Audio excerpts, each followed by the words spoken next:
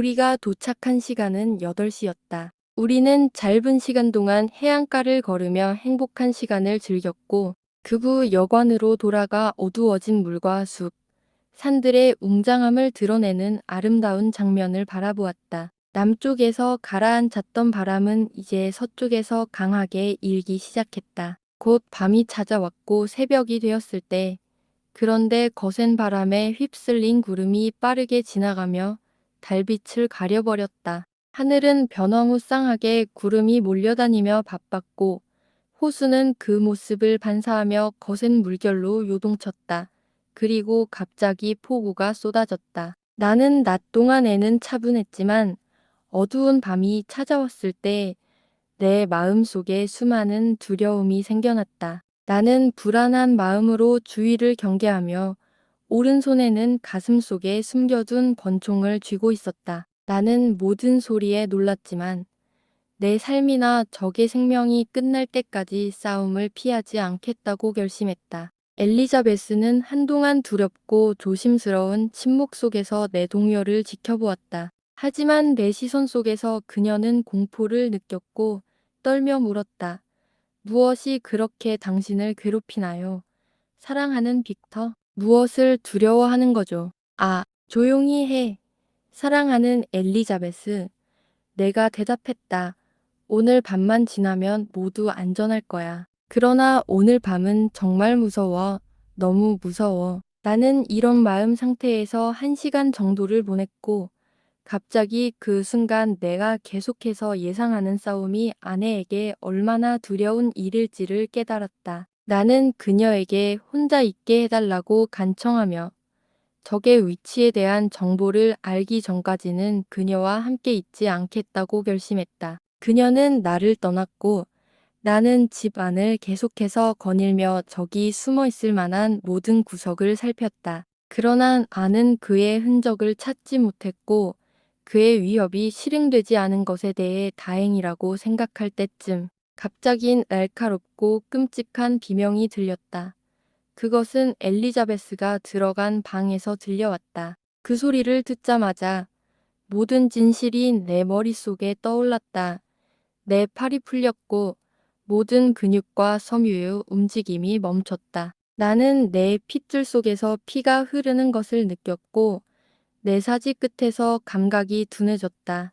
이 상태는 잠시뿐이었다. 비명이 반복되었고 나는 그 방으로 달려갔다. 왜 그때 내가 죽지 않았을까? 왜 나는 이제 세상에서 가장 순수하고 가장 소중한 존재의 파멸을 말해야 하는가? 그녀는 거기 있었다. 생명도 없고 움직이지 않는 채로 침대 위에 쓰러져 있었고 머리는 아래로 처져 있으며 창백하고 일그러진 얼굴은 머리카락에 반쯤 가려져 있었다. 내가 돌아보는 곳마다 똑같은 모습 그녀의 피 없는 팔과 이완된 몸이 살린자에 의해 신부에 관해 던져져 있었다. 내가 이 장면을 보고 살 수 있었을까? 아, 생명은 고집스럽고 가장 미워할 때 가장 가까이 다가온다. 잠시 아는 기억을 잃었고 그 자리에 쓰러졌다. 내가 회복되었을 때 나는 여관 사람들에게 둘러싸여 있었다. 그들의 얼굴에는 숨막힐 듯한 두려움이 가득했지만 다른 사람들의 공포는 내게는 단지 모욕처럼 느껴졌다. 나는 그들 사이를 빠져나와 엘리자베스의 시신이 놓인 방으로 향했다.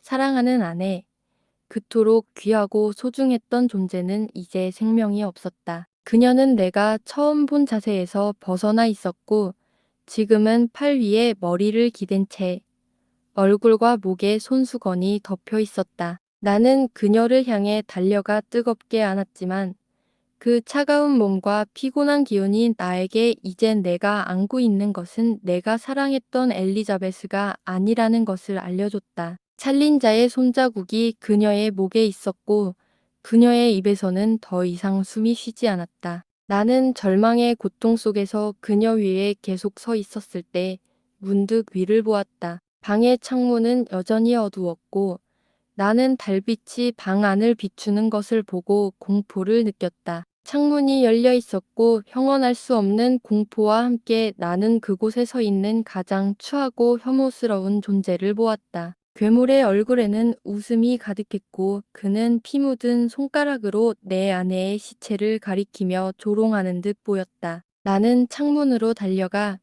가슴속에서 권총을 꺼내어 발사했지만 그는 나를 피하고 번개처럼 뛰어내려 호수로 뛰어들었다. 총소리가 방 안에 퍼지자 사람들은 몰려들었다. 나는 그가 사라진 자리를 가리키며 우리는 배를 타고 그 자리를 따라갔다.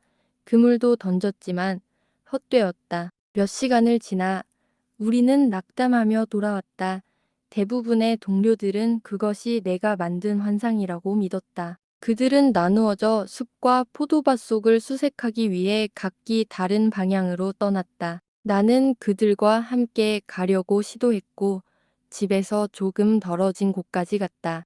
그러나 내 머리는 어지럽고 내 걸음은 술에 취한 사람처럼 비틀거렸다. 결국 나는 완전히 지친 상태에서 쓰러졌고 눈이 흐려지며 피부는 열병에 시달려 타들어갔다. 그런 상태에서 나는 다시 침대로 실려갔고 일어난 후에도 나에게 무슨 일이 일어났는지 거의 알지 못하는 듯 눈을 떠 주변을 두리번거리며 무엇인가 잃어버린 것을 찾는 듯했다. 잠시 후 나는 일어났고 본능적으론 내 사랑하는 이의 시체가 있는 방으로 기어갔다. 그곳에는 여인들이 울고 있었고 나는 그들 옆에 서서 나의 그들과 함께 눈물을 흘렸다. 이때까지 내 마음속에 뚜렷한 생각은 떠오르지 않았고 내 생각은 혼란스러웠으면 내 불행과 그 원인에 대해 뒤죽박죽으로 떠올렸다. 나는 당황스러웠고 경악과 놀람 속에 있었다. 윌리엄의 죽음, 저스틴의 처형, 클레르발의 살해, 그리고 마지막으로 내 아내의 죽음. 그 순간에도 나는 생존해 있는 친구들이 악마의 아기로부터 안전한지 알지 못했다. 내 아버지는 지금 그의 소나귀에서 비틀거리고 있을지 모르고 어니스트는 그의 발밑에서 죽어 있을지도 모른다. 이 생각은 나를 소름 끼치게 만들었고 나는 다음 행동을 결심하며 일어나서 가능한 한 빨리 제네바로 돌아가기로 했다. 말을 구할 수 없었고 나는 호수를 따라 돌아가야 했다. 그러나 바람은 강하게 불었고 비는 억수같이 내리고 있었다. 아직 아침은 오지 않았고 나는 날이 밝아오기 전까지 도착할 수 있기를 희망했다. 나는 노를 젓는 사람들을 고용하고 나 자신도 노를 잡았다.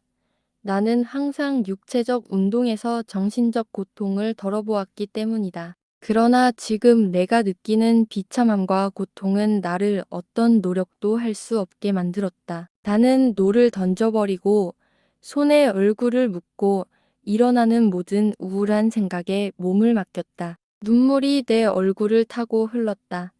비는 잠시 그쳤고 나는 몇 시간 전에 엘리자베스와 함께 보았던 물속에서 놀고 있는 물고기들을 보았다. 인간의 마음에게 가장 고통스러운 것은 갑작스럽고 큰 변화이다.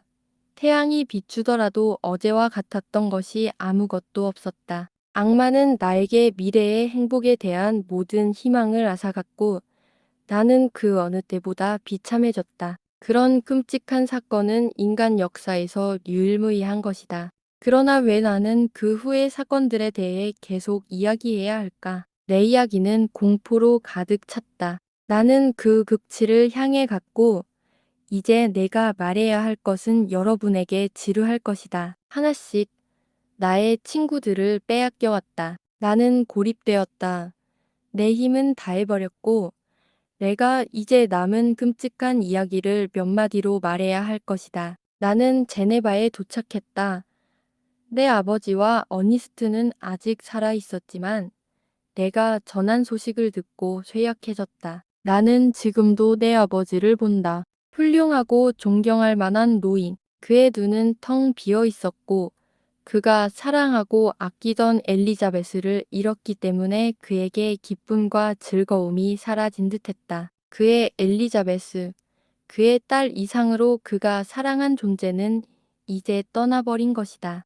저주받을 악마가 그에게 비참함을 가져다주고 그를 고통 속에서 허무하게 만들었으니 저주받을 악마여. 그는 자신을 둘러싼 공포 속에서 살아갈 수 없었다. 그의 삶의 근원이 갑자기 무너졌고 그는 침대에서 일어날 수 없었으며 며칠 후 내 품에서 죽었다. 그 후 나는 감각을 잃었고 쇠사슬과 어둠만이 나를 압박했다. 때때로 나는 꽃이 만발한 초원과 아름다운 계곡을 친구들과 함께 걷고 있는 꿈을 꾸었지만 깨어나 보니 나는 감옥에 있었다. 우울함이 따라왔지만 점차 내 비참함과 상황에 대해 명확히 이해하게 되었고 그때서야 나는 내 감옥에서 풀려났다. 사람들은 나를 미쳤다고 불렀고 내가 이해한 바로는 많은 달 동안 나는 고립된 감방에 갇혀 있었다. 하지만 자유는 나에게 무의미한 선물이었을 것이다. 내가 이성의 눈을 떴을 때 동시에 복수에 대한 열망도 일어났기 때문이다. 과거의 불행이 나를 짓누를 때 나는 그 원인에 대해 생각하기 시작했다. 내가 만든 괴물, 내가 세상에 풀어놓은 불쌍한 악마, 나를 파멸로 이끌어온 존재. 나는 그를 생각할 때마다 미칠 듯한 분노에 사로잡혔고 그가 내 소나귀에 들어와 그에게 큰 복수를 가할 수 있기를 간절히 원했다. 내 증오가 헛된 소망에만 머무르지 않았다는 것은 분명하다. 나는 그를 붙잡을 가장 좋은 방법에 대해 생각하기 시작했다. 그래서 석방 후 한 달쯤 지나 나는 그 마을의 형사 법원에 가선 애 가족을 파괴한 범인을 알고 있으며 그 범인을 체포하기 위해 모든 권력을 행사해달라고 요청했다. 마그리스트는 내 말을 주의 깊게 듣고 친절하게 대답했다. 걱정하지 마십시오. 선생님, 그가 말했다. 저는 이 악당을 찾아내기 위해 어떤 노력도 아끼지 않겠습니다. 감사합니다. 나는 대답했다. 그러므로 내가 할 증언을 들어주십시오. 정말 이상한 이야기라서 그저 어떤 진실이 담겨 있다면 그것이 얼마나 놀랍든 간에 믿을 수밖에 없을 것입니다. 이 이야기는 꿈과 헷갈릴 정도로 연결되어 있고 나는 거짓을 할 이유가 없습니다. 내가 이렇게 그에게 말할 때 내 태도는 인상적이면서도 차분했다. 나는 내 마음속으로 내 파괴자를 죽음까지 추적하겠다고 결심했고 이 결심이 내 고통을 잠재우고 잠시나마 삶과 화해할 수 있도록 했다. 나는 이제 내 이야기를 간략하지만 확고하고 정확하게 말했으며 날짜를 정확히 기록하고 비난이나 외침으로 벗어나지 않았다. 마그리스트는 처음에는 전혀 믿지 않는 표정을 지었지만 내가 계속해서 이야기하자 점점 더 집중하며 관심을 보였다. 나는 그가 때때로 공포에 떨거나 때로는 믿지 않음 없이 놀라움에 휩싸인 표정을 지은 것을 보았다. 내 이야기를 마친 후 아는 말했다. 이 사람이 바로 내가 고발하는 자이며 그의 체포와 처벌을 위해 당신이 가진 모든 힘을 발휘해 달라고 요청합니다. 이것은 당신의 의무이며 나는 당신이 사람으로서 이 기능을 수행하는 데 주저하지 않으리라 믿고 바랍니다. 이 말은 내 청중인 마그리스트의 표정에 상당한 변화를 일으켰다. 그는 나의 이야기를 마치 영혼이나 초자연적 사건에 대한 이야기처럼 반신반의하며 들었지만 그가 공식적으로 행동하라는 요구를 받자 그의 불신이 다시 강하게 떠올랐다. 그러나 그는 부드럽게 대답했다. 저는 기꺼이 당신의 추적을 돕고 싶습니다만 당신이 말하는 그 괴물은 제 모든 노력을 무력화시킬 능력을 가지고 있는 것 같습니다. 얼음 바다를 건너고 아무도 접근할 수 없는 동굴과 은신처에 숨어 살 수 있는 동물을 누가 추적할 수 있겠습니까? 게다가 그가 범죄를 저지른 지 몇 달이 지나갔고 그가 어떤 곳으로 떠났는지 지금 어디에 있는지 알 수 없습니다. 그가 바로 내 주변에 있을 것이라 의심하지 않습니다. 그리고 만약 그가 정말 알프스 산맥에 숨어 있다면 그는 샤무아처럼 추적되고 맹수처럼 처치될 수 있을 것입니다. 하지만 나는 당신의 생각을 압니다. 당신은 내 이야기를 믿지 않으며 내 적을 그의 죄에 맞는 처벌로 추적할 의도가 없다는 것을 알고 있습니다. 내가 말할 때 내 눈에는 분노가 반짝였고 마그리스트는 겁을 먹었다. 당신은 오해하고 있습니다. 그가 말했다. 저는 최선을 다할 것이며 만약 괴물을 잡을 수 있다면 그가 저지른 죄에 비례하는 처벌을 받을 것입니다. 그러나 당신이 묘사한 괴물의 특성을 보면 그것은 실행 불가능할 것이라고 두려워합니다. 그래서 적절한 조치를 취하면서도 실망을 준비해야 한다는 것을 알게 될 것입니다. 그럴 수는 없습니다. 그러나 내가 할 수 있는 모든 말은 별로 도움이 되지 않을 것입니다. 내 복수는 당신에게 중요하지 않겠지만 비록 그것이 하나의 악이라고 인정하더라도 나는 내 영혼의 모든 열정으로 그것을 고백합니다. 그 살린자가 여전히 존재한다는 생각에 내 분노는 말로 표현할 수 없습니다. 당신은 내 정당한 요구를 거부하고 있습니다. 나는 이제 하나의 방법만 남았고 내 삶이든 죽음이든 그를 파괴하는데 내 모든 것을 바칠 것입니다. 나는 이 말을 하면서 과도한 동요로 떨고 있었고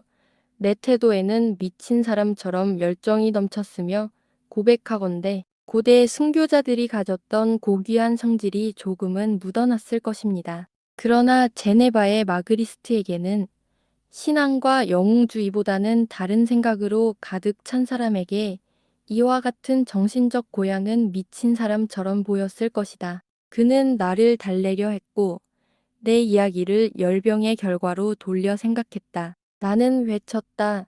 너는 너의 지혜의 자만 속에서 얼마나 무지한가. 그만해라. 나는 집을 나와 분노와 혼란 속에 떠나 다른 행동 방안을 곰곰이 생각하기 위해 물러갔다. 내 현재 상황은 모든 자발적인 사고가 사라진 상태였다. 나는 분노에 휘둘려 있었다. 복수만이 나에게 힘과 침착함을 주었고 내 감정을 형성하게 했으며 그렇지 않았다면 발작이나 죽음이 내 목이었을 것이다. 내 결심은 제네바를 영원히 떠나는 것이었다. 내가 행복하고 사랑받을 때는 내 고향이 소중했지만 이제 내 불행 속에서는 그곳이 싫어졌고 나는 돈과 어머니의 보석 몇 개를 챙기고 떠났다. 그리고 이제 내 방황이 시작되었다. 그것은 내 생명이 다할 때까지 끝나지 않을 것이다. 나는 지구의 광대한 지역을 횡단하며 사막과 험난한 땅에서 여행자들이 흔히 겪는 모든 고난을 견뎌냈다. 나는 여러 번 내 몸을 모래 평야에 뻗어 죽음을 기도했다.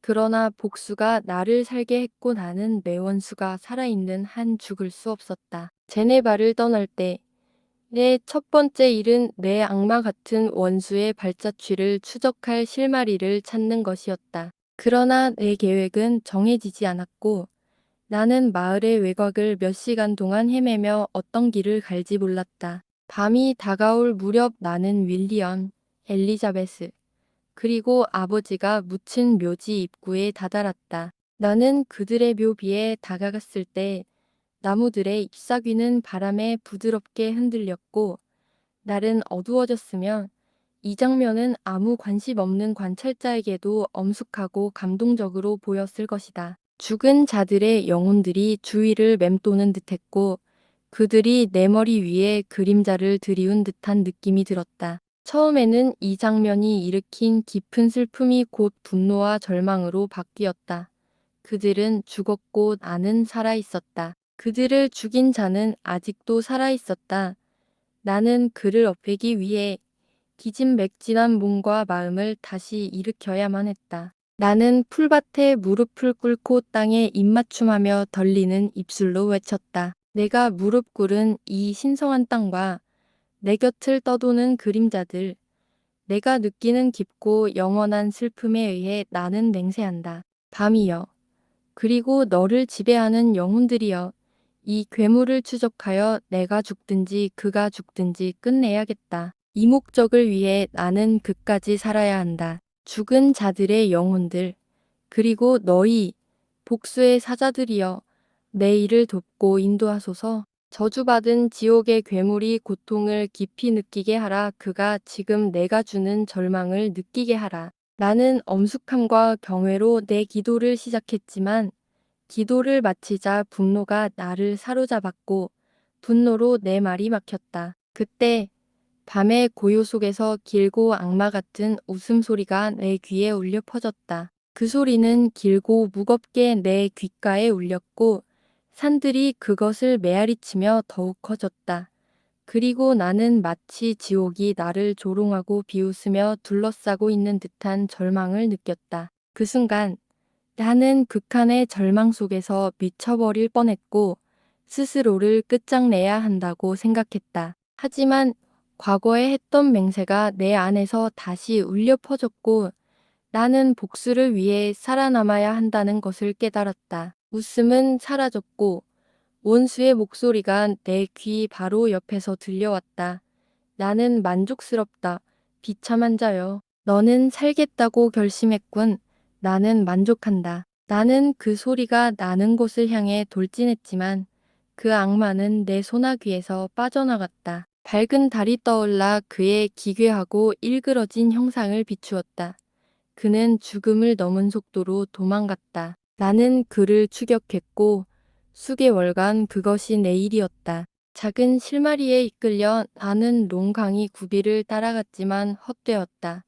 파란 지중해가 나타났고 우연히 다는 어두운 밤에 그 괴물이 블랙시를 향하는 배에 숨는 것을 보았다. 나는 같은 배에 탔지만 그는 어떻게 도망갔는지 모른다. 타타르와 러시아의 황야 속에서 비록 그가 여전히 나를 피했지만 나는 항상 그의 발자취를 밟았다. 때때로 농민들이 그 끔찍한 괴물의 출현에 겁먹어 그의 길을 알려주었고 때로는 그 자신이 내가 그를 추적할 실마리를 잃어버리면 내가 절망하고 죽을까 두려워 일부 표시를 남기기도 했다. 눈이 내리자 나는 그의 거대한 발자국을 흰 평야에서 보았다. 나는 어떤 악마에게 저주를 받아 영원한 지옥을 내 안에 가지고 다녔다. 그러나 여전히 선한 영혼이 나를 따르고 내 걸음을 인도하면 해가 가장 불행할 때 나를 무너뜨릴 어려움에서 구해주었다. 때때로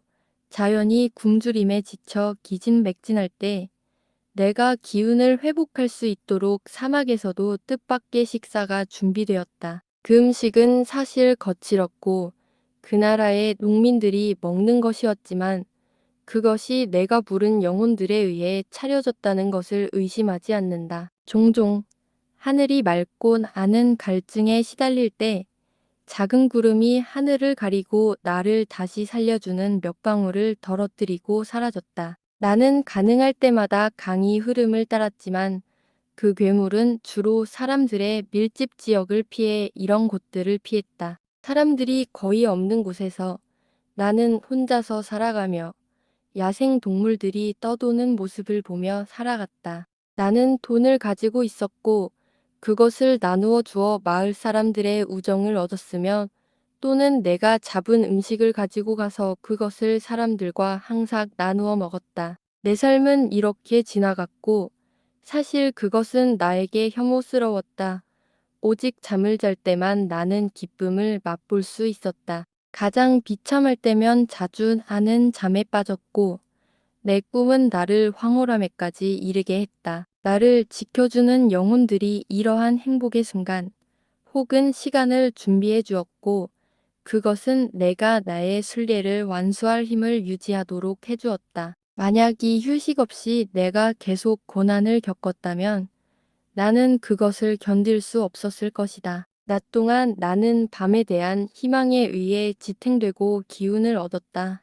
잠 속에서 나는 내 친구들, 아내, 그리고 내가 사랑하는 고향을 다시 보았다. 다신 아는 아버지의 자애로운 얼굴을 보았고 엘리자베스의 은은한 목소리를 들었으며 클레르발이 건강하고 젊음을 누리고 있는 모습을 보았다. 자주 힘든 행군에 지칠 때마다 나는 꿈을 꾸고 있다고 스스로를 설득하며 밤이 오기만을 기다렸다. 그때 나는 나의 가장 사랑하는 친구들의 품에서 현실을 즐길 수 있을 것이라고 믿었다. 그들을 향한 애틋한 그리움은 얼마나 고통스러웠던지, 나는 그들의 소중한 형체에 얼마나 매달렸던지, 때로는 그들이 내 깨어있는 시간에도 나를 따라다니며 그들이 여전히 살아있다고 믿게 만들었다. 그런 순간들에 내 안에서 타오르는 복수는 사라졌고 나는 천국의 뜻으로서 무의식적인 어떤 힘의 기계적인 충동처럼 악마의 파멸을 향해 내 길을 계속 갔다. 내가 추적하는 자가 어떤 감정을 가졌는지는 알 수 없다. 때때로 그는 나를 자극하고 분노를 일으키게 하는 글귀를 나무 껍질이나 돌에 새겨두었다. 해통치는 아직 끝나지 않았다. 이 말이 그 글귀 중 하나에 적혀 있었다. 너는 살아있고 내 권력은 완전하다. 나를 따라라. 나는 북쪽의 영원한 얼음으로 향하고 있다. 그곳에서 너는 추위와 서리가 주는 고통을 느낄 것이다. 나는 그 고통에 무감각하다. 이곳 근처에 너무 늦지 않게 따라오면 죽은 토끼를 찾을 것이다. 먹고 힘을 내라.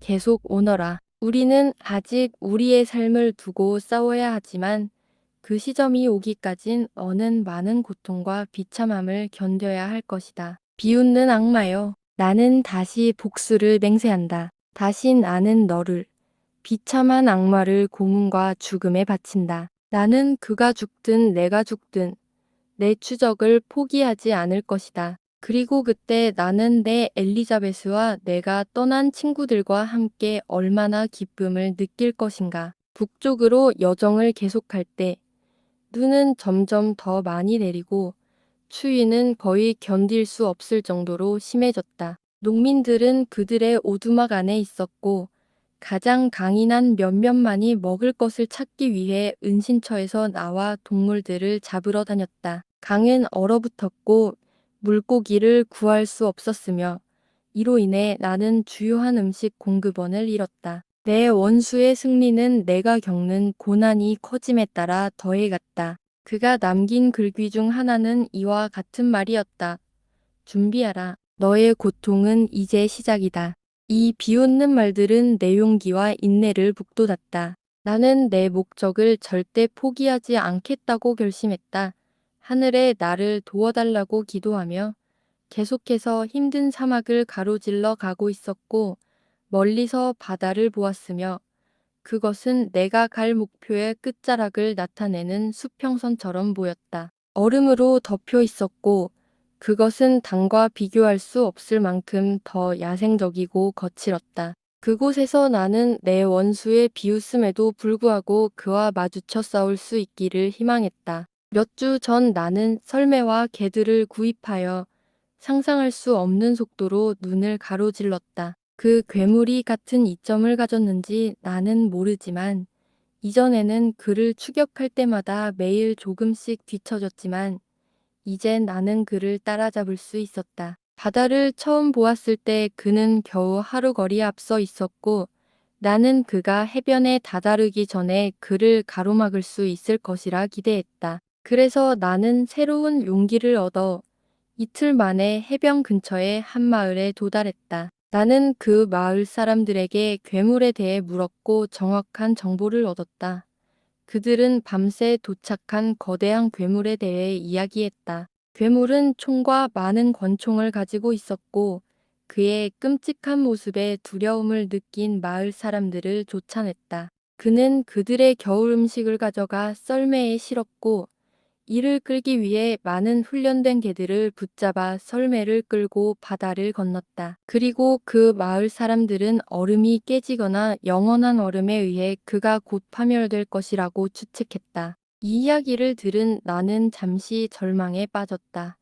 그는 나를 피했으며 나는 이제 바다를 가로지르는 파괴적이고 끝없는 길을 가야 했다. 그 추위는 그 지역의 주민들조차 오래 버티지 못할 것이었고 나는 따뜻한 기후에서 자란 사람으로서 그것을 견딜 수 있을지 몰랐다. 그러나 악마가 살아서 승리할 수 있다는 생각에 내 분노와 복수는 다시 타올랐고 그것은 마치 강력한 파도처럼 모든 다른 감정을 압도했다. 짧은 휴식을 취한 후 죽은 자들의 영혼들이 나를 둘러싸고 내게 수고와 복수를 강요하는 듯한 느낌을 받으면 하는 내가 가야 할 길을 준비했다. 나는 내 육지 썰매를 얼음 바다의 불규칙한 지형을 위한 설매로 바꾸고 충분한 양의 음식을 사서 출발했다. 그때부터 며칠이 얼마나 지났는지 알 수 없다. 하지만 나는 그 어떤 것도 견딜 수 없을 만큼 고통을 겪었다. 얼음으로 덮인 거대한 산들이 내 길을 막았고 나는 종종 바다 밑에 천둥 소리를 들었으며 그것은 내 멸망을 위협했다. 그러나 다시 얼음이 내 길을 안전하게 만들었다. 내가 소비한 양식을 통해 미루어 보아 나는 이 여행을 3주 동안 진행해 온 것 같았다. 그리고 희망의 끊임없는 연장은 내 마음을 뒤흔들며 종종 비통함과 슬픔에 씁쓸한 눈물을 흘리게 했다. 절망은 정말로 거인의 목표를 이루려 했고 나는 곧 이 비참함에 빠져들었을 것이다. 한 번은 나를 운반해 주던 불쌍한 동물들이 믿을 수 없을 정도로 힘든 작업을 마친 뒤 한 마리가 지쳐 죽었을 때 나는 내 앞에 펼쳐진 광경을 고통스럽게 바라보았고 그때 갑자기 먼 평야 위에 검은 점 하나가 보였다. 나는 그것이 무엇인지 알아보려고 눈을 떼지 못했으며 내가 그 썰매와 그 속에 잘 알려진 형태의 왜곡된 모습을 알아차렸을 때 나는 기쁨의 비명을 질렀다. 희망이 내 마음 속에서 다시 살아나면서 나는 기쁨과 감동의 눈물이 가득 찼다. 그 눈물이 내 시야를 흐리게 했고 나는 괴물을 보는데 방해되지 않도록 급히 눈물을 닦으려 했지만 여전히 감정을 억제할 수 없어 결국 울음을 터뜨렸다. 하지만 지금은 지체할 시간이 아니었다. 나는 죽은 동물을 썰매에서 떼어내고 그들에게 충분한 음식을 주었으며 1시간의 휴식 후 나는 계속해서 내 길을 떠났다. 썰매는 여전히 보였고 나는 그것이 얼음 바위로 가려져 잠시 보이지 않게 되는 순간을 제외하고는 다시 그를 놓치지 않았다. 나는 눈에 띄게 그를 추격했으며 이틀의 여정 끝에 내 원수가 이제 겨우 1마일 정도 앞에 있다는 것을 보았을 때 내 심장은 기쁨으로 뛰었다. 하지만 이제 내가 원수의 손에 닿을 것처럼 보였을 때 내 희망은 갑자기 꺼졌고 나는 그를 추적하는 데 있어 그 어떤 때보다 더 완전히 그를 잃어버렸다. 바람이 일어났고 바다는 울부짖었으며 마치 거대한 지진의 충격처럼 바다는 엄청나고 압도적인 소리로 갈라지고 터졌다. 일은 곧 끝났다. 몇 분 만에 격렬한 바다가 내와 내 온수 사이에 놓였고 나는 점점 작아져가는 얼음 조각 위에 떠다니게 되었으며 그것은 나에게 끔찍한 죽음을 준비하고 있었다. 이렇게 몇 시간의 끔찍한 시간이 지나갔다. 몇 마리의 개가 죽었고 나는 점점 사여가는 고통 속에 빠져들려 했을 때 나는 당신의 배가 닻을 내리고 나에게 구원과 생명의 희망을 제시하는 모습을 보았다. 나는 배가 이렇게 북쪽까지 올 수 있다는 것을 전혀 알지 못했고 그 광경에 놀라움을 금치 못했다. 나는 급히 썰매의 일부를 부수어 오를 만들었고 그 덕분에 나는 무한한 피로 속에서도 얼음 뗏목을 당신의 배 방향으로 움직일 수 있었다. 나는 만약 당신이 남쪽으로 가고 있었다면 여전히 바다의 자비에 의지하여 내 목적을 버리지 않겠다고 결심했다. 나는 당신에게 배를 달라고 부탁하여 내 적을 추적할 수 있기를 바랐다. 그러나 당신의 방향은 북쪽이었다. 당신은 내가 힘을 잃었을 때 나를 태워주었고 나는 곧 내가 겪은 수많은 고난 속에서 쓰러져 죽을 뻔했지만 내 임무는 아직 끝나지 않았다. 만약 내가 죽으면 월턴, 그를 추적하고 그의 죽음으로 내 복수를 이루겠다고 맹세해줘요. 그리고 내가 죽은 후 만약 그가 나타나고 복수의 사자들이 그를 당신에게 인도한다면 그가 살아남지 않도록 맹세해줘요. 한때 그의 말은 내 마음을 움직였지만 그를 믿지 말아요. 그의 영혼은 그의 형체처럼 지옥 같아서 배신과 악마 같은 악의로 가득 차 있어요. 그의 말을 듣지 말고 윌리엄, 저스틴, 클레르발, 엘리자베스, 내 아버지, 그리고 불행한 빅터의 이름을 부르며 그의 심장에 칼을 꽂아야 해요. 저는 그 근처에서 지켜보고 그 칼이 정확하게 찔리도록 인도할 것입니다. 월턴, 계속. 179년 8월 26일. 마가렛, 당신은 이 이상하고 끔찍한 이야기를 읽었군. 때때로 그는 갑작스러운 고통에 휩싸여 이야기를 계속할 수 없었고, 또 다른 때에는 목소리가 끊어지면서도 고통이 가득한 단어들을 어렵게 발음하며 말을 이어갔다. 그의 아름답고 고귀한 눈은 분노로 타오르기도 하고, 때로는 슬픔에 잠겨선 애리깔린 상태로 무한한 비참함 속에 빠져 있었다. 때때로 그는 자신의 표정과 목소리를 다스려서 가장 끔찍한 사건들을 평온한 목소리로 이야기하며 동요의 흔적을 모두 억누르곤 했다. 그러다 마치 폭발하는 화산처럼 그의 얼굴은 갑자기 극도의 분노로 변하며 그의 원수에게 저주를 퍼붓곤 했다. 그의 이야기는 일관성 있게 이어지고 가장 단순한 진실처럼 들리지만 나는 그가 보여준 펠릭스와 사피의 편지들과 우리 배에서 본 괴물의 모습이 그의 이야기의 진실성을 더 확신하게 했다. 그런 괴물이 정말 존재하는 걸까? 나는 그것을 의심할 수 없으며 놀라움과 경외감에 빠져 있다. 때때로 나는 프랑켄슈타인에게 그의 창조물 형성에 관한 세부 사항을 얻으려고 했지만 이 점에 대해 그는 도무지 말해주지 않았다. 당신은 미쳤습니까, 친구? 그가 말했다. 아니면 당신의 무지한 호기심이 당신을 어디로 이끌고 있습니까? 당신도 나처럼 악마 같은 원수를 만들고 싶습니까? 평화, 평화. 내 고통을 알되 당신의 고통을 더 이상 키우지 말아요. 프랑켄슈타인은 내가 그의 사연에 대해 메모한 것을 발견하고 그것을 보고 싶다고 요청했으며 그 후 그가 직접 여러 부분을 수정하고 추가했다. 당신이 내 이야기를 보존해 주었으니 그가 말했다. 저는 이 이야기가 왜곡되지 않기를 바래요. 이렇게 일주일이 지나갔고 나는 상상력으로 만들어진 것 같은 이상한 이야기를 들었다. 내 생각과 영혼의 모든 감정은 이 이야기가 만들어낸 관심과 그의 고귀하고 온화한 태도에 흠뻑 젖어버렸다. 그의 웅변은 강력하고 감동적이다.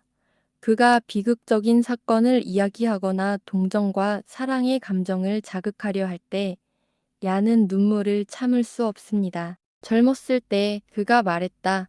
저는 큰 일을 할 운명이라고 믿었습니다. 제가 완성한 일이란 민감하고 이성적인 동물을 창조하는 것과 같은 위대한 일이었기에 저는 자신을 평범한 사람들과 함께 놓을 수 없었습니다. 그러나 이 생각은 제 경력의 시작에는 저를 지탱해 주었지만 이제는 저를 더욱 깊은 나락으로 빠뜨립니다. 저의 모든 구상과 희망은 아무것도 아니며 저는 오만을 추구한 대천사처럼 영원한 지옥에 갇혀 있습니다. 상상력은 생생했지만 분석과 응용의 능력은 강렬했습니다. 이 두 가지 특성이 결합되어 저는 사람을 창조하는 아이디어를 떠올리고 그것을 실행했습니다. 그 일이 완성되지 않았을 때의 저의 몽상은 지금도 열정적으로 기억납니다. 저는 어렸을 때부터 높은 희망과 고귀한 야망을 품었으나 어떻게 이렇게 떨어졌을까요? 제가 예전에 어떤 사람이었는지 알았다면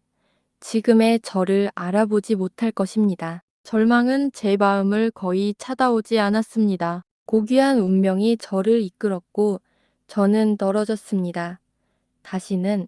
다시는 일어설 수 없을 것입니다. 그럼 나는 이 훌륭한 존재를 잃어야 할까? 나는 오랫동안 친구를 원했다. 공감하고 사랑해줄 사람을 찾았다.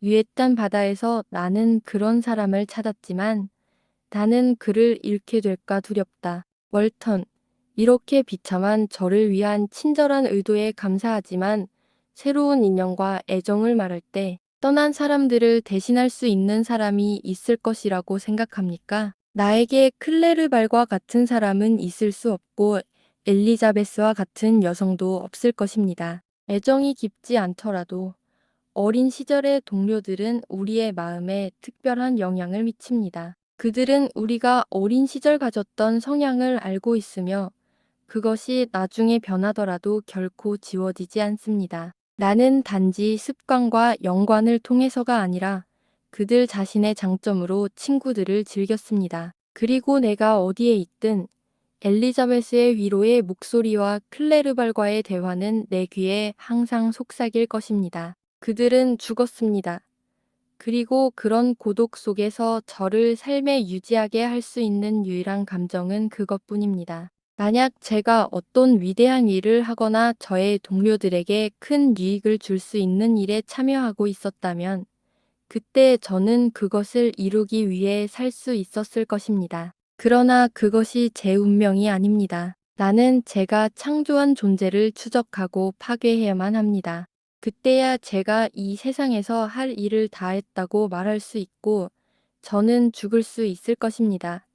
그는 나에게 이렇게 말을 했어. 사랑하는 여동생께 9월 2일 나는 위험에 둘러싸여 있으며 다시는 사랑하는 영국과 그곳에 있는 소중한 친구들을 다시 볼 수 있을지 모르겠다는 생각에 쌓여 편지를 쓴다. 탈출할 수 없는 얼음산에 둘러싸여 있으며 이 얼음이 내 배를 언제든지 부서뜨릴 것처럼 위협하고 있기 때문이다. 내가 함께 하도록 설득한 동료들은 나에게 도움을 요청하지만 나는 그들에게 아무것도 줄 수 없었다. 우리의 상황은 정말 끔찍하게 무섭고 그럼에도 불구하고 내 용기와 희망은 나를 버리지 않았다. 그리고 마가렛, 당신의 마음은 어떨까? 당신은 내 파멸에 대해 듣지 않겠지만 내 귀환을 애타게 기다릴 것이다. 당신은 남편과 사랑스러운 자녀들이 있다. 당신은 행복할 수 있다.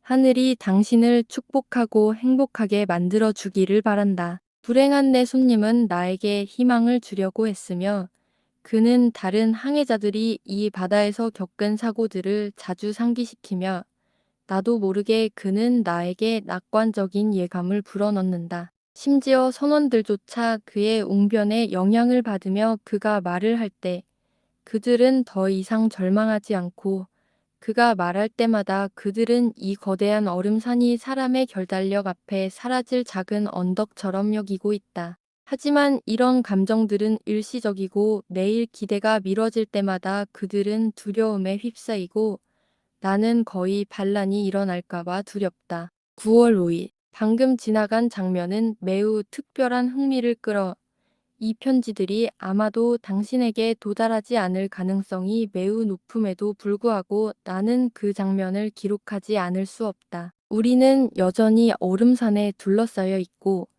여전히 얼음들은 충돌 속에서 부서질 위험에 처해 있다. 추위는 극심하고 내 불행한 동료들 중 많은 이들이 이미 이 황량한 곳에서 삶을 달리했다. 프랑켄슈타인은 날마다 건강이 악화되고 있고 그의 눈에는 여전히 열병처럼 불꽃이 반짝이지만 그는 지쳐 있고 어떤 자극을 받아도 빠르게 다시 생명 없는 상태로 빠져들고 있다. 지난 편지에서 나는 반란에 대한 두려움을 언급했다.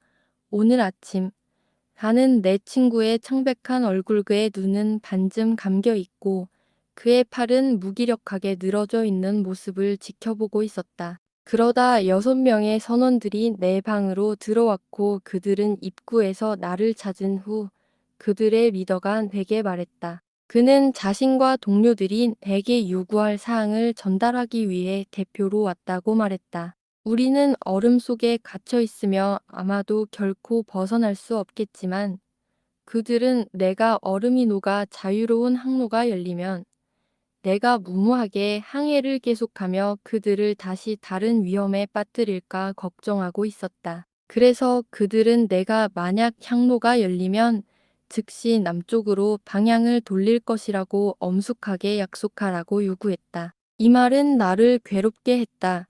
나는 절망하지 않았고 만약 탈출할 수 있다면 돌아가야 한다는 생각은 하지 않았다. 그러나 나는 이 요구를 공정하게 혹은 가능하게 거절할 수 있을까? 나는 대답을 망설이고 있었고 말이 없었던 프랑켄슈타인이 갑자기 몸을 일으켰다. 그의 눈은 반짝였고 그의 뺨은 순간적인 활력으로 붉어졌으며 그는 선원들을 향해 말했다. 무슨 뜻인가? 당신들은 무엇을 요구하는가? 당신들은 그렇게 쉽게 자신의 계획을 포기할 수 있습니까? 이것이 위대한 원정이라고 하지 않았습니까? 그리고 왜 그것이 위대한 일이었습니까? 그것은 길이 평탄하고 고요한 남쪽 바다와 같아서가 아니라 그것이 위험과 공포로 가득했기 때문입니다. 새로운 사건마다 당신들의 인내와 용기가 요구되었고 그 위험과 죽음을 맞서 싸워야 했기 때문입니다.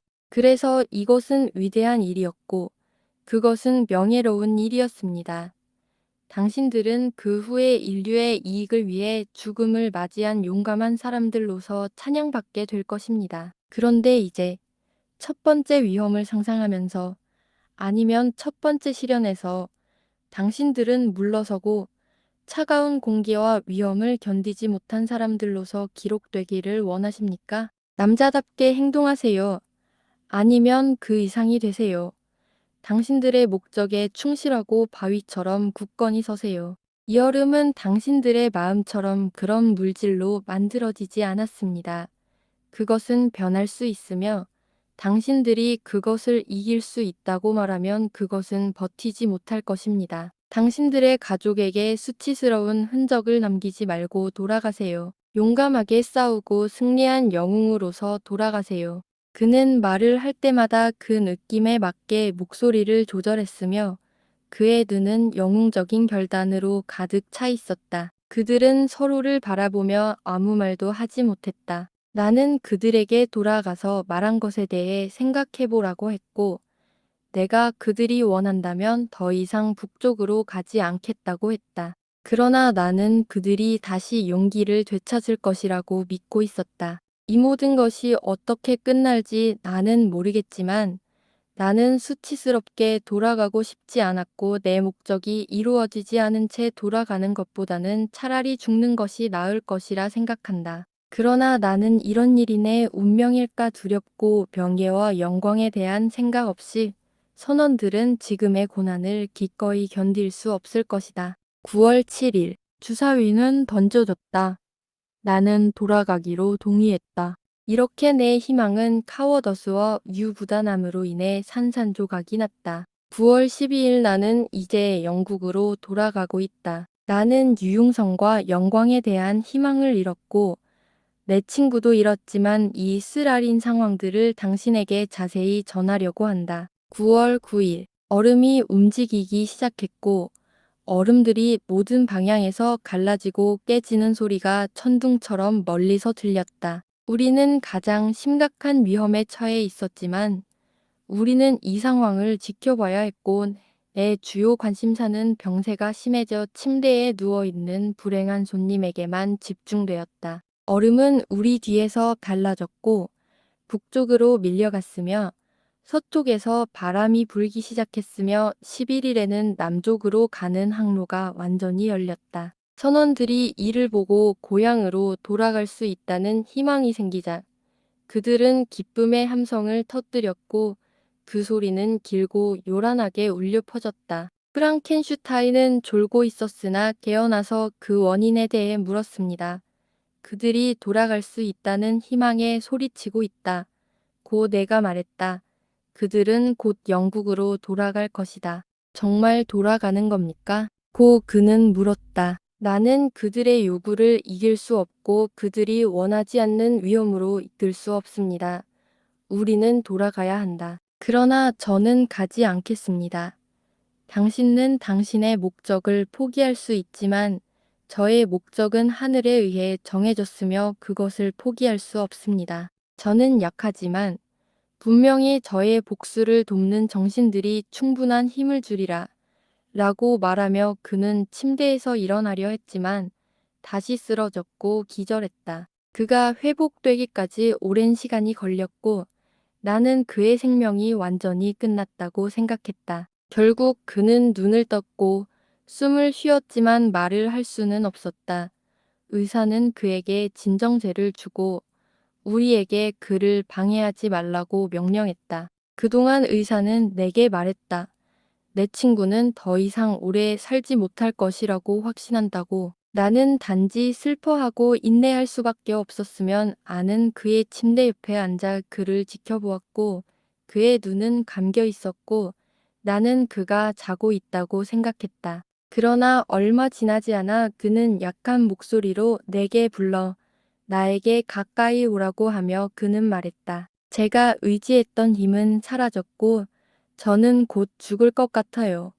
그리고 저의 원수가 여전히 살아있을지도 모르겠습니다. 그 존재에게 그의 행복과 복지를 보장하는 것이 제 의무였지만 그보다 더 중요한 것이 있었습니다. 사람들에 대한 의무는 더 큰 행복과 고통을 포함하고 있기 때문에 저의 관심을 더 많이 요구했습니다. 이런 생각에 의해 저는 첫 번째 존재의 동료를 만들지 않기로 했고 그 결정을 내린 것이 옳았다고 믿고 있습니다. 그는 아기에서 전례 없는 악의와 이기심을 보였고 제 친구들을 죽였으며 감각과 행복, 지혜를 가진 존재들을 파괴했습니다. 나는 이 복수심이 어디에서 끝날지 알 수 없지만 그의 파괴 작업은 제 것이었지만 저는 실패했습니다. 이기적이고 악덕한 동기에서 저는 당신에게 제 미완성 작업을 맡기라고 했고 저는 이제 그 요청을 다시 하려고 합니다. 하지만 저는 당신에게 당신의 나라와 친구들을 버리고 이 일을 완수하라고 요구할 수 없습니다.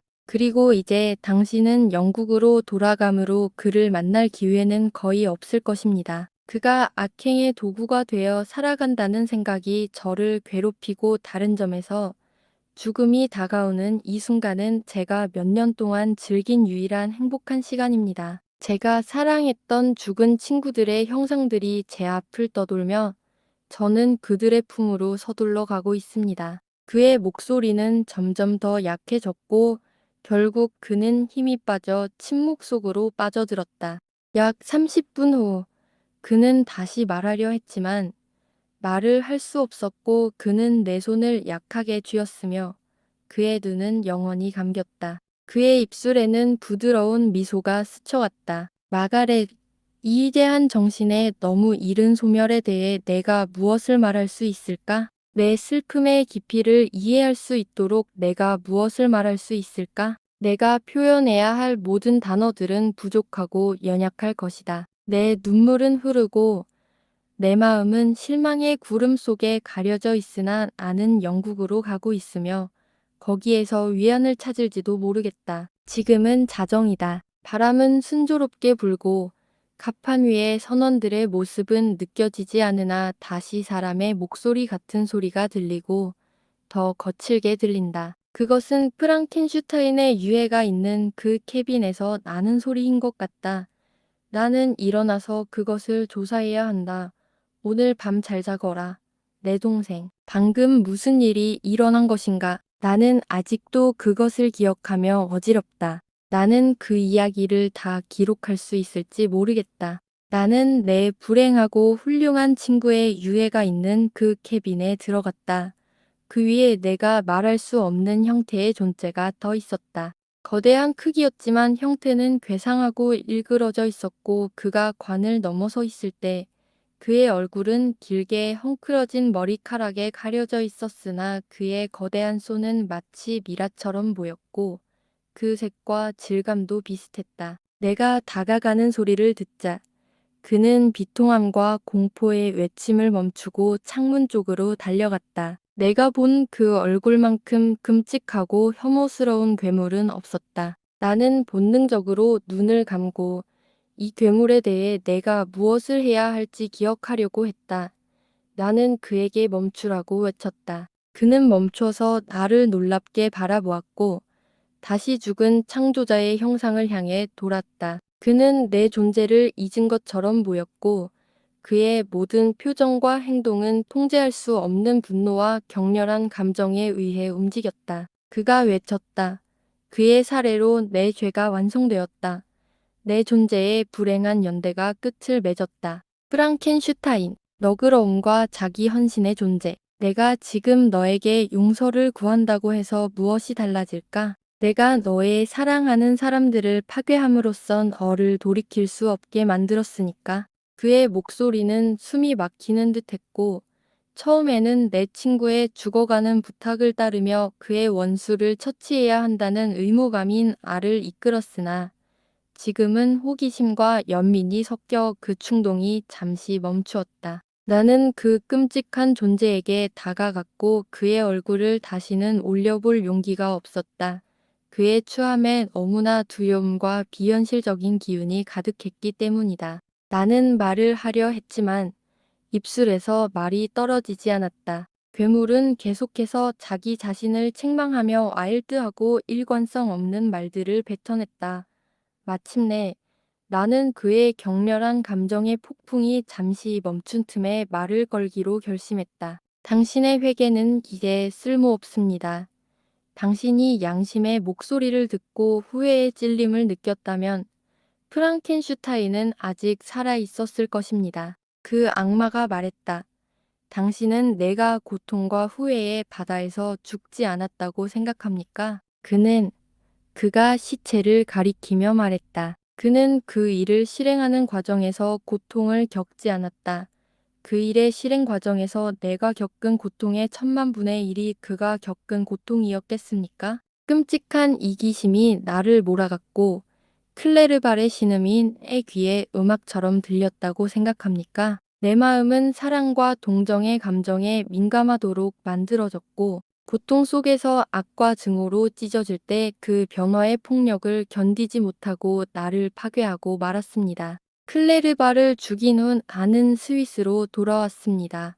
마음이 찢어지고 이겨낼 수 없었습니다. 나는 프랑켄슈타인을 불쌍히 여겼습니다. 그 불쌍함은 공포로 변했습니다. 나는 나 자신을 혐오했습니다. 하지만 내가 발견한 것은 내가 존재하는 이유와 그 고통을 부여한 사람인 그가 행복을 바라는 희망을 갖고 나에게 고통과 절망을 쏟아붓는 동안 그 자신은 내겐 영원히 닫혀있는 감정과 열정 속에서 즐거움을 추구했다는 것입니다. 그래서 나는 복수심에 불타게 되었습니다. 나는 나 자신이 치명적인 고통을 준비하고 있다는 것을 알고 있었지만 나는 혐오하면서도 그 충동에 종속될 수밖에 없었습니다. 하지만 그녀가 죽었을 때, 아니, 그때 나는 비참하지 않았습니다. 나는 모든 감정을 버리고 모든 고통을 억누르고 내 절망에 빠져들었습니다. 악은 그때부턴 아예 선이 되었습니다. 이제 내가 한 악행은 끝났고 내 마지막 희생자가 여기 있습니다. 처음에는 그의 고통스러운 표현에 감동을 받았지만 프랑켄슈타인이 그의 말솜씨와 설득력을 언급했던 것과 내 친구의 시체를 다시 보았을 때 분노가 다시 불타오르기 시작했다. 불쌍한 것, 내가 말했다. 네가 여기 와서 너가 만든 황폐함을 슬퍼하는 것은 잘못된 일이다. 내가 불을 질러서 건물들이 다 타버리고 그 잿더미 속에서 앉아서 그 무너짐을 슬퍼하는 꼴이다. 위선적인 악마. 내가 슬퍼하는 그가 살아 있었다면 여전히 그는 너의 복수의 대상이 될 것이다.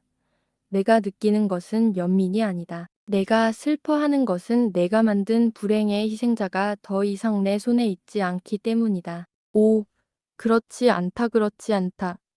그 존재가 말했다. 하지만 그것이 내가 한 행동이 전달하는 인상일 것이다. 나는 이제 더 이상 내 고통에서 동감을 구하지 않는다. 나는 동정을 구할 수 없다. 내가 처음 동정을 구했을 때는 나의 모든 존재가 넘쳐 흐르는 미덕의 사랑, 행복과 애정이었다. 그러나 지금 미덕은 내게 그림자처럼 변했고 행복과 애정은 쓰고 혐오스러운 절망으로 변했다. 내가 이제 무슨 동정을 구할 수 있을까? 나는 고통을 혼자 감내하며 살고 있으며 내 고통이 끝날 때까지 그렇게 살아갈 것이다.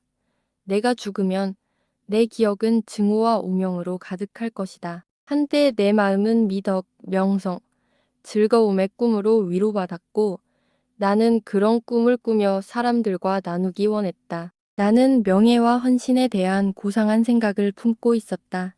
그러나 지금은 범죄가 나를 가장 천한 동물보다 못하게 만들었다. 죄악, 악행, 악의, 고통, 내 모든 죄를 생각해보면 나는 그때의 고상하고 초월적인 아름다움과 선함의 비전을 품었던 그 존재가 맞는지 믿기 힘들다. 그러나 그것이 사실이다. 타락한 천사는 악한 악마가 된다.